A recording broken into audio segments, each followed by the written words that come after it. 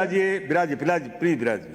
राजस्थान में 32 महीने के मैं कहा गया नहीं आप सदन में नहीं है, इसके बावजूद भी आपने अलाउ कर दिया। प्लीज प्लीज सहयोग करें विराज जी, नहीं बिजली के बिल को प्लीज सहयोग करें विराज जी, विराज जी प्लीज सहयोग करें विराज जी। श्री बलवान पूनिया।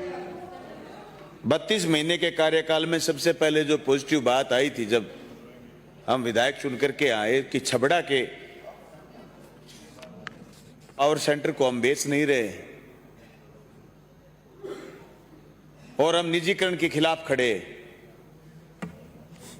सभापति महोदय, 32 महीने के बाद हमें ये समझ में आया है कि ऐसे पॉजिटिव प्रयास जिसमें दीनदयाल योजना की जो बात साथी कर रहे थे, इस सरकार ने चुनने के बाद डाणियों में बेहताशा कनेक्शन किए थे, इसमें कोई दो राह नहीं। लेकिन आज परिस्थिति अलग है।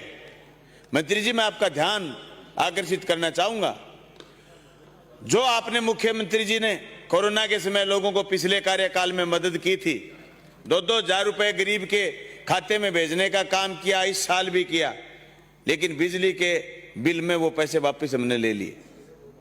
और हकीकत है, ये दर्द है। हमने पहले भी पिछली जून में भी चिट्ठी लिखी थी, अब की बार फिर मुख्यमंत्री जी को और आपको चिट्ठी भेजी थी कि बिजली के दाम बढ़ रहे हैं, लोग परेशान। दाम बढ़ने के साथ साथ अभी एक साथी कह रहे थे कि साहब लोग दीपक में चले जाएंगे। नहीं जाएगा कोई दीपक में। इस युग में ये बात सोचना ही नाकाफी है कि साहब कोई दीपक में या बिजली का कनेक्शन कटा लेगा।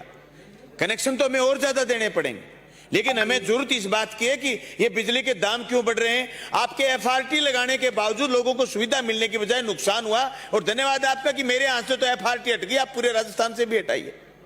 किस तरीके से दिल्ली में यह प्रयोग किया गया कि बिजली कंपनियां जनता को लूट रही थी, और जब बिजली कंपनियों की ऑडिट हुई तो दिल्ली में बिजली के दाम घट गए। आज हम क्यों सुने सारी चीज पॉजिटिव करने के बाद कि राजस्थान में बिजली के दाम बढ़े हुए। आप कंपनियों की ऑडिट करवाइए। और एक उपभोक्ता जो बिजली का बिल नहीं भरे, सभापति महोदय, एक बिजली का बिल नहीं भरे, दूसरा बिल नहीं भरे तो उस उपभोक्ता का कनेक्शन कट जाए। तो ऐसी कौन सी नौबत आ गई थी कि सारे थर्मल प्लांटों में कोयला खत्म हो गया और किसी अधिकारी को हमने पुनिश नहीं किया। क्यों प्रदेश बिजली के अंधेरे में चला गया और अघोषित बिजली कटौती हो गई। जो गांव में दर्द है, गांव के आदमी फोन करते हैं, सही बात की साथियों ने, गांव के आदमी फोन करते हैं रात के समय कि इतनी भयंकर उमस है, हम 800 रुपए स्थायी शुल्क दे रहे हैं, लेकिन बिजली चली गई, हमें पता नहीं कितने घंटे में वापिस आएगी। ऐसी को पता नहीं कि कैसे कहां से कट कहां से लगता, शटडाउन कहां से ले लिया, लोड से कहां से कनेक्शन कट गया बिजली का। तहसील की तहसील पूरी की पूरी ग्रामीण क्षेत्र बंद रहते हैं।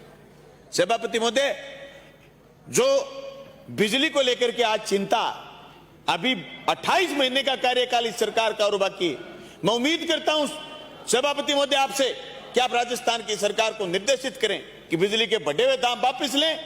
और जो डाणियों में कनेक्शन की बात है, लोग मांग कर रहे हैं, एक बार फिर सरकार घोषणा करके सारी डाणियों में जो एक तहसील में 50-50, 100-100 डाणियां जो नई हुई हैं उनमें कनेक्शन करे। दूसरा, जो स्थायी शुल्क के नाम पर बेताशा वृद्धि हुई है और 16% से लेकर के 30% बिजली के दाम बढ़े हैं ग्रामीण और शहरी क्षेत्र में, वो बढ़े हुए दाम वापिस ले। मेरी तो इतनी इल्तिजा है और मैं उम्मीद करता हूं कि सरकार जिस तरीके से कोरोना काल में जनता के पक्ष में और शिक्षा और दूसरे क्षेत्रों में जल जीवन मिशन में काम किया, मैं समझता हूं बिजली के क्षेत्र में भी सरकार जनता की इस बात को पूरी करेगी। हमारी ये भावना, जो जनता की मांग है, जो हमने सदन में रखी है, सरकार इसको पूरा करेगी और बिजली के बढ़े हुए दाम वापिस लेगी। धन्यवाद। श्री अमृतलाल मीणा।